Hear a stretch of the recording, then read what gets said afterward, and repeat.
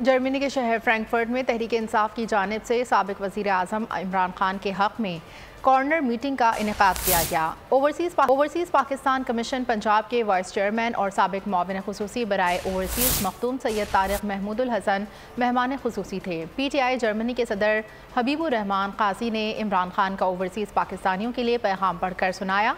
इस पैगाम में आइंदा होने वाले इलेक्शंस में ओवरसीज़ पाकिस्तानियों की कौमी असम्बली में नुमाइंदगी को यकीनी बनाना था।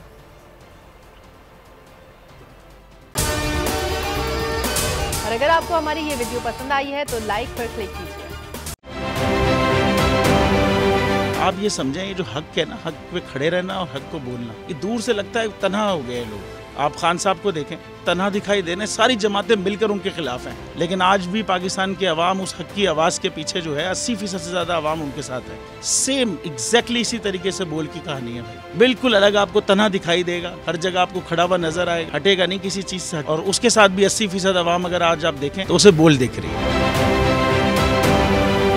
जाली केस है ना, ये हम पे उस वक्त बनाए गए थे जब हुकूमत यही थी, इन्हीं लोगों की हुकूमत थी ना। और ये जाली केस, इनको मैं नहीं कह रहा इस केस को जाली केस, इनको पाकिस्तान में क्या पूरी दुनिया में एक ऐसा शिकायत कुंदा नहीं मिला, एक ऐसा कंप्लेनेंट नहीं मिला जिसने ये कहा हो कि हमारे साथ फ्रॉड हुआ है। तो ये खुद ही बन गए कंप्लेनेंट, और ये खुद ही इन्होंने खुद ही इन्वेस्टिगेशन की, उसकी खुद ही तफ्तीश भी की, यानी कि कंप्लेनेंट भी है, इन्वेस्टिगेशन ऑफिसर भी है। और इन द एंड इन्होंने फिर उसके बावजूद ये कोर्ट में जमा कराया कि जी ये केस जाली केस था और इसमें किसी किस्म जो कुछ एग्जैक्ट कर रहा था सब लीगल। ये मेरी बात नहीं है, ये इनके इन्वेस्टिगेशन ऑफिसर की बात। सबसे ज्यादा व्यूज और सबसे ज्यादा रेटिंग के साथ बोल आज भी रहा नंबर 1 पर।